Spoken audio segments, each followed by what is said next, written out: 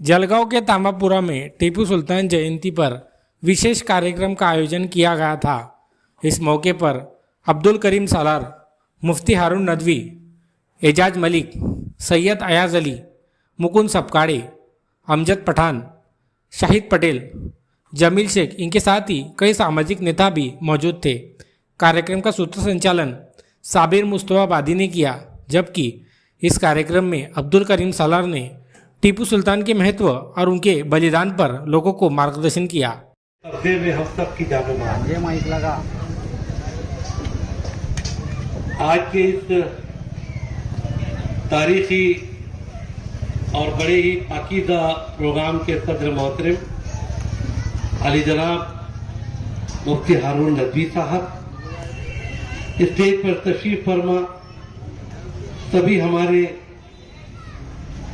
मान्यवर और खास तौर से आए हुए, बाकी को सब आप जानते हैं।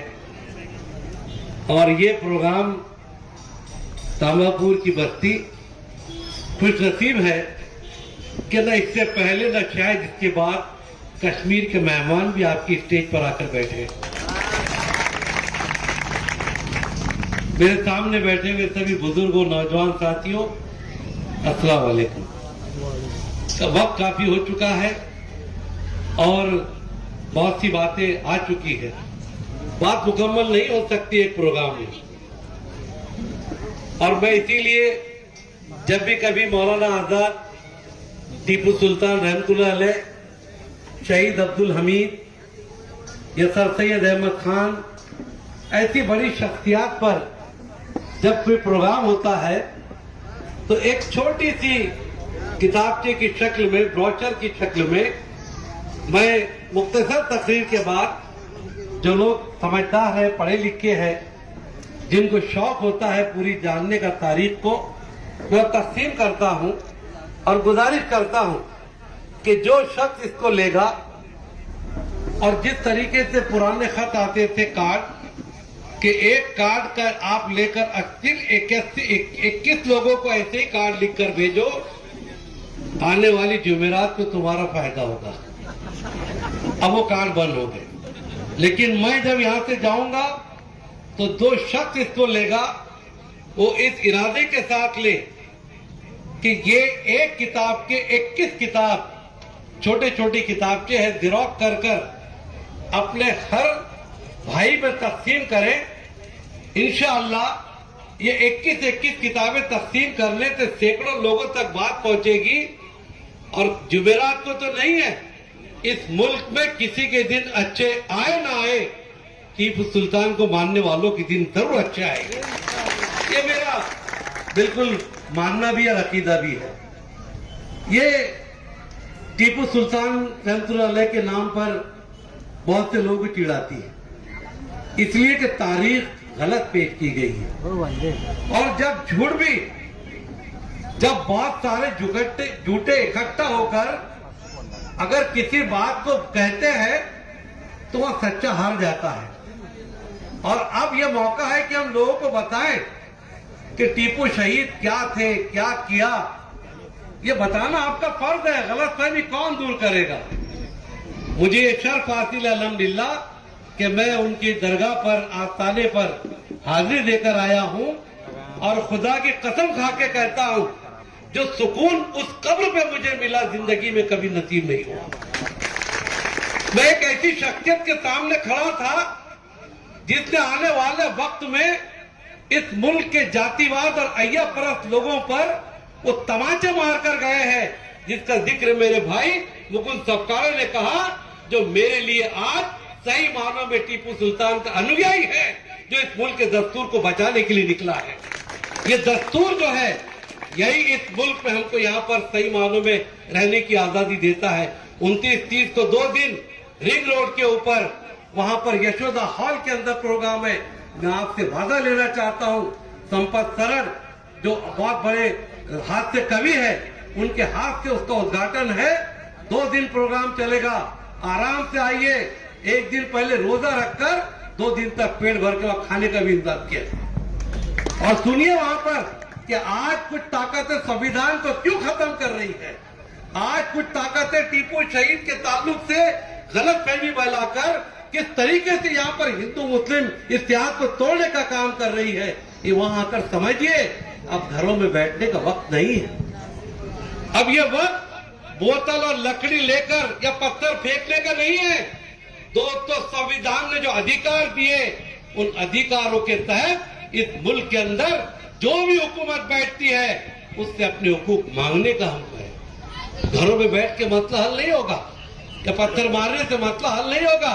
लोग चाहते हैं कि पत्थर मारे जाए, नहीं भी मारा गया मरवाते हैं और उसके बाद हमारे बच्चों को जेलों में ठूसने का काम करते हैं। उनके खबरी लोग, कसम खुदा की, जिस दिन हमारे मोहल्ले से खबरी लोगों का जनाजा उठेगा, ये शहर अमन का गहवारा बनेगा, हमारे बच्चों की जवानी में, क्योंकि इन्हीं खबरी लोगों ने टीपू शहीद को आज शहीद का दर्जा उनकी वजह से मिला। किसने गद्दारी की उनके साथ? क्यों की गद्दारी? इसलिए कि टीपू शहीद जब सत्ता पर आए और उन्होंने सल्तनत खुदादाद की बुनियाद रखी, सबसे पहले उन्होंने जो भड़वे दलाल, जो अंग्रेजों की दलाली करते थे और हमारी मासूम बच्चियों को पैसों की लालच देकर उनके हवाले कर देते, उनकी गर्दनें निकाल के फेंक दी। सबसे पहले वो नवाब, वो राजा जो गरीब शेतकरियों को सताते थे, गरीबों दलितों पे अत्याचार करते थे, उनके पास से उनके हुकूक छीन लिए। उन्होंने अंग्रेजों को पहचान लिया कि यहां पर तिजारत नहीं, हुकूमत करने के इरादे से आए थे। उन्होंने ये सारे कदम बढ़ाए। दोस्तों, आपको क्या बताऊं, अगर मैं ये कहूं कि शरीयत इस्लामिया में अगर कोई मुस्लिम बादशाह किसी रियाया का बादशाह बनता है तो उसकी बादशाहत में हर धर्म को कैसे प्रोटेक्ट किया जाता है, वो इस्लाम का बेहतरीन नमूना मौजूदा तारीख में टीपू शहीद का है। आपको मालूम है, टीपू शहीद रहमतुल्लाह अलैह की सल्तनत खुदादाद 1000 किलो मील के अंदर फैली हुई थी। बहुत बड़े रकबे के अंदर आपकी हुकूमत थी। वहां पर हर किसी को इंसाफ मिलता था। जैसे कुछ बातें हमारे सैयद अहद अली ने आपके सामने रखी कि जिस तरह आज शरीयत, हमारे बोर्ड बने हुए हैं शरीयत के, हमारे मुस्लिम पर्सनल लॉ के बोर्ड बने हैं, ऐसे हिंदू भाइयों के लिए हिंदुओं के बोर्ड बने थे। काजियों के तहत मुसलमानों का इंसाफ किया जाता था। किसी का हक छीनने की इजाजत नहीं थी। पूरा संरक्षण औरतों को था। दोस्तों, ये सख्तियां टीपू सुल्तान रहमतुल्लाह ने जब की तो बहुत से दरबारी नाराज हो गए। वो सिपाही जो फौज में रहकर औरतों के साथ में जिनाखोरी करते थे, उनको जिनाखोरी खत्म हो गई। शराब के अड्डे बंद कर दिए। सबसे बड़ी मुहिम जो आज तामापुर से लेकर पूरे गांव में आप लोग, ये नौजवान जो कर रहे हैं, उन्होंने मोहल्लों से, गांव से और शहरों से दारू, शराब, गांजा, मंशियात बेचने वालों को खत्म कर दिया और अपने इलाके को पाक कर दिया। ये सब दुश्मन बन गए थे। याद रखिए, वो तारीख के अंदर लिखा है। ये ऐसे सुल्तान थे, आपने जिसका जिक्र किया, वो भगवान जो श्यामदास गढ़वानी है, जो हिंदू महासभा के मेंबर थे।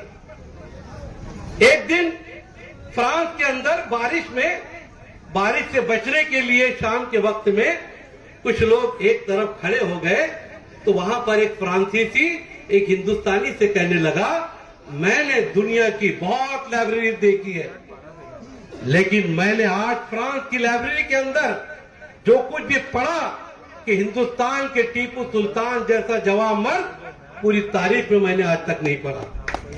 और वजह बताई कि ये इंसान इतना बहादुर था कि आज तक बहुत शोधा हुए, बहुत जंग आजादी के शहीद हुए, लेकिन कोई भी ऐसा शहीद मुझे नहीं मिला जो मैदान जंग के अंदर शहादत हासिल करता है।